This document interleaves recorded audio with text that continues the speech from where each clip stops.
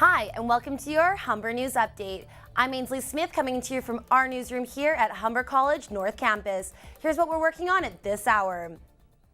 Another health worker in Dallas is in quarantine today after testing positive for the deadly Ebola virus.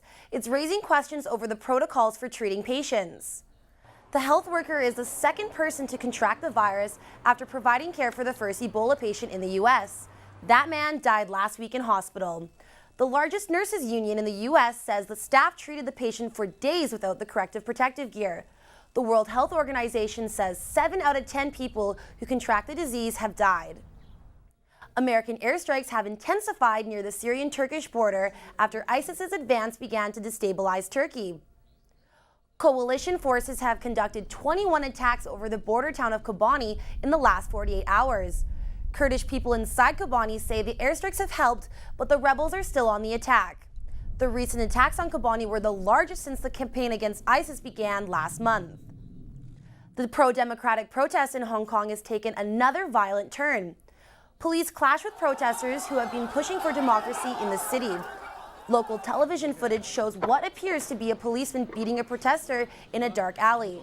Meanwhile, a standoff began when protesters tried to take control of a tunnel outside the city government headquarters. The Supreme Court is hearing a new challenge against Canada's ban on physician-assisted suicide today. Right to Die advocates against the ban say Canada's legal and moral landscape has changed and laws surrounding assisted suicide need to follow suit. Toyota is voluntarily recalling nearly 2 million vehicles around the world to address 3 separate defects. One problem involves a faulty brake master cylinder that can hinder the brake's performance. The recall specifically addresses issues with Toyota's luxury brand Lexus. In the world of sports, the Leafs took down the Colorado Avalanche 3-2 thanks to an OT winner by Phil Kessel.